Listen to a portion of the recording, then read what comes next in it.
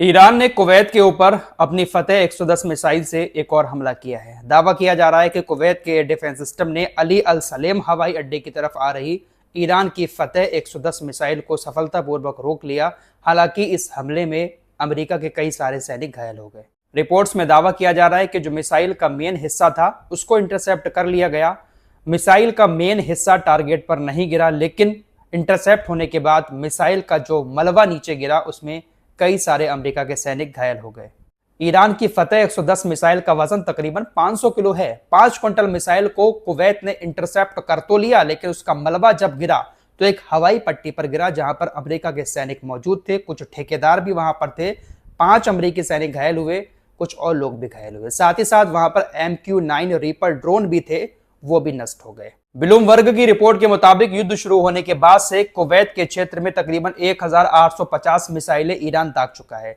बहुत सारी मिसाइलों को इंटरसेप्ट कर लिया गया, लेकिन इंटरसेप्ट होने के बाद भी भारी भरकम मिसाइलों का मलबा ही कुवैत के अंदर जो गिरा है उससे ही काफी नुकसान कुवैत के अंदर हुआ है। तमाम खाड़ी देशों में जो मिसाइलें छोड़ी हैं ईरान ने, बहुत सारी मिसाइलों को रोकने का दावा ये खाड़ी देश कर रहे हैं, लेकिन उनके मलबे से ही बहुत बड़ा नुकसान इन अरबी देशों को हुआ है। इन अरबी देशों की हरकतें ही ऐसी हैं जिसकी वजह से ईरान ने इनको टारगेट किया। अमेरिकी मीडिया अब इन अरबी देशों की पोल खोल रहा है। सऊदी अरब और UAE ने क्या कुछ किया है इस जंग के दौरान, चुपके चुपके जंग के दौरान भी और सीज फायर के बाद भी अमेरिकी मीडिया ने अब इनकी पोल खोली है। सारी चीजें आप लोगों को आगे बताऊंगा, लेकिन पहले बात मैं समझौते की कर लेता हूं। क्या अमेरिका और ईरान के बीच समझौता बिल्कुल करीब है?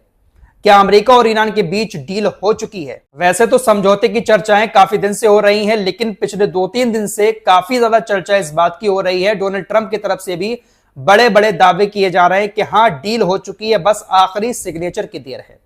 डोनाल्ड ट्रंप लगातार पोस्ट करके यह बता रहे हैं कि ईरान हमें परमाणु धूल देने के लिए राजी हो चुका है। साथ ही साथ स्टेट ऑफ हॉर्मुज ईरान पूरी तरह से खोलेगा। हम ईरान के पैसे को रिलीज करेंगे। हमने जो बैंकों में ईरान का पैसा फ्रीज किया हुआ है उसको हम ईरान को वापस करेंगे।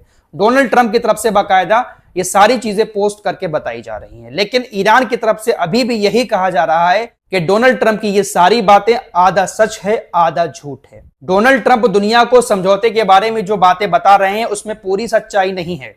ईरान की फार्स न्यूज एजेंसी ने बताया कि डोनाल्ड ट्रंप की जो बातें हैं उसमें सच इतना है कि हां, हम समझौता तो चाहते हैं, लेकिन हमारी पहली शर्त यह है कि हमारी जो $12 अरब की संपत्ति को फ्रीज किया हुआ है अमेरिका, पहले वो हमें दे। हमें पहले $12 अरब की संपत्ति वापस करे, लेबनान के बॉर्डर पर परमानेंट वाला सीज फायर हो, वहां पर जंग खत्म हो। ये 2 शर्तें पहले हमारी अमेरिका पूरी करे, उसके बाद हम इस बातचीत को आगे जारी रखेंगे। $12 अरब की संपत्ति को पहले ईरान मांग रहा है कि पहले हमें दो, उसके बाद हम बातचीत करेंगे। डोनाल्ड ट्रंप और उनका मीडिया बड़े दावे करते हुए यह कह रहा है कि पूरी तरह से समझौता हो चुका है, हम इतना पैसा उनको वापस देंगे। साथ ही साथ स्टेट ऑफ हॉर्मुज को ईरान पूरी तरह से खोलने के लिए राजी है, परमाणु डस्ट भी हमें देने के लिए राजी है।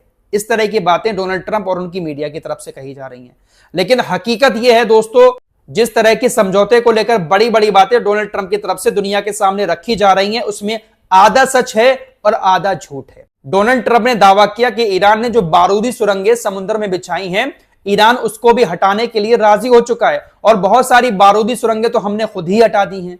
लेकिन इस पर भी ईरान की तरफ से कहा गया कि ऐसा कुछ भी नहीं है। ना तो अमेरिका ने अभी तक एक भी बारूदी सुरंग हमारी खोजी है, और ना ही हम इस बात के लिए राजी हुए हैं कि बारूदी सुरंगें हटाकर हम स्टेट ऑफ हॉर्मुज खोलेंगे। स्टेट ऑफ हॉर्मुज हमारे और ओमान के कब्जे में ही रहेगा। ओमान को उड़ाने की धमकी दी डोनाल्ड ट्रंप ने, लेकिन ओमान डरा नहीं। ओमान ईरान के साथ और अच्छे रिश्ते कर रहा है। ईरान के विदेश मंत्री अब्बास अरागची और ओमान के शेख ने मुलाकात भी की।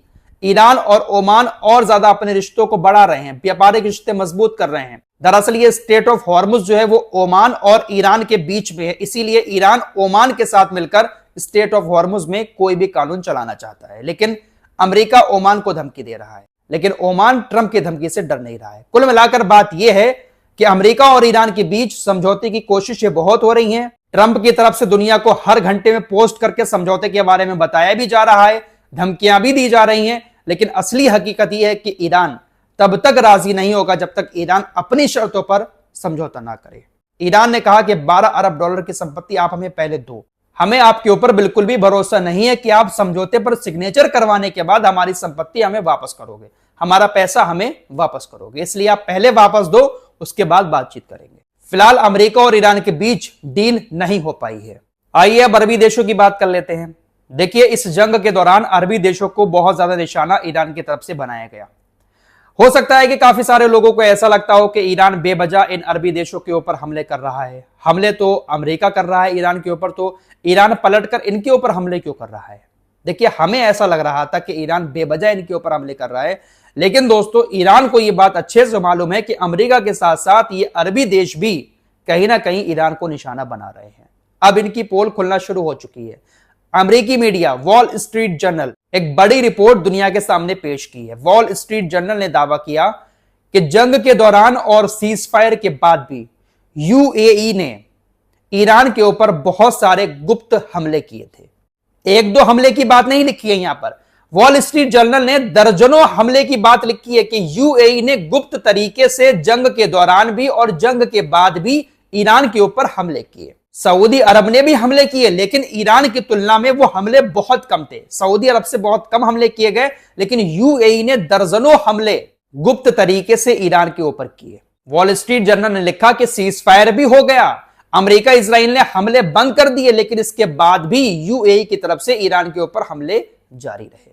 इसीलिए तो यूएई को बहुत ज्यादा निशाना बनाया है ईरान ने। साथ ही साथ वॉल स्ट्रीट जर्नल ने एक बात और लिखी कि मोहम्मद बिन सलमान और यूएई के शेख के बीच काफी तनाव भी पैदा हो गया। मोहम्मद बिन सलमान चाहते थे कि युद्ध खत्म करने के लिए, युद्ध से निपटने के लिए हमले ज्यादा ना किए जाएं ईरान के ऊपर, लेकिन यूएई वाला जो था वो ज्यादा हमले करना चाहता था और ज्यादा हमले किए भी। इस बात को लेकर दोनों नेताओं के बीच तनाव भी पैदा हो गया। वॉल स्ट्रीट जर्नल, जो अमेरिका का एक बड़ा मीडिया हाउस है, इस तरह का दावा उसकी तरफ से अब किया गया है। कुल मिलाकर बात यह है कि तमाम अरबी देशों ने कहीं ना कहीं गुप्त तरीके से ईरान के ऊपर हमले तो किए हैं, इसीलिए ईरान ने पलटकर इन लोगों के ऊपर हमले किए हैं। जब ईरान इन लोगों के ऊपर हमला करता था तो इन देशों की तरफ से निंदा की जाती थी कि हमारे रिहायशी इलाकों में ईरान हमले कर रहा है, हमारी गैस फैसिलिटी को निशाना बना रहा है, तेल के भंडारों को निशाना बना रहा है। ईरान को शायद यह बात मालूम थी कि हमारे ऊपर भी इनकी तरफ से गुप्त तरीके से हमले किए जा रहे हैं। इस जंग में यूएई खुलकर कहीं ना कहीं ईरान के खिलाफ खड़ा हुआ नजर आया है। फिलहाल 100 बात की एक बात यह है कि डोनाल्ड ट्रंप भले ही कितनी भी बड़ी बड़ी बातें दुनिया के सामने रखते हों, लेकिन सच यह है कि अभी भी अमेरिका ईरान के बीच समझौता नहीं हो पाया है और ईरान अमेरिका की शर्तें नहीं मानेगा। ईरान अमेरिका की शर्तें नहीं मानेगा और अमेरिका ईरान की शर्तें नहीं मान रहा है। ईरान की जो बड़ी शर्तें हैं कि स्टेट ऑफ हॉर्मुज़ हमारे कब्जे में रहेगा, हम अपना परमाणु प्रोग्राम जारी रखेंगे, आपको यूरेनियम नहीं देंगे, हमारा पैसा आप वापस करो, जंग को खत्म करो, यहां पर भी और लेबनान के बॉर्डर पर भी, तभी हम समझौता करेंगे। वहीं अमेरिका की शर्तें हैं कि आप परमाणु प्रोग्राम खत्म करो, स्टेट ऑफ हॉर्मुज़ खोलो, बारूदी सुरंगें हटाओ। रोजाना आप लोग बहुत सारी वीडियोस में ऐसी बातें सुनते होंगे। डोनाल्ड ट्रंप भी ऐसी बातें लगातार कह रहे हैं कि बस अब समझौता हो गया, बस अब डील हो गई, सिग्नेचर होना बाकी है। डोनाल्ड ट्रंप भी बड़े बड़े दावे करते हैं, लेकिन हकीकत यह है कि इसमें सच्चाई सिर्फ 10% है, झूठ 90% है। समझौते को लेकर बातें हो रही हैं, ईरान भी बातचीत करने को तैयार है, लेकिन ईरान अपनी शर्तों पर समझौता करेगा। इस रिपोर्ट में इतना ही, कुछ और खबरों के साथ फिर हाजिर होंगे। अपना ख्याल रखिएगा। अल्लाह हाफिज।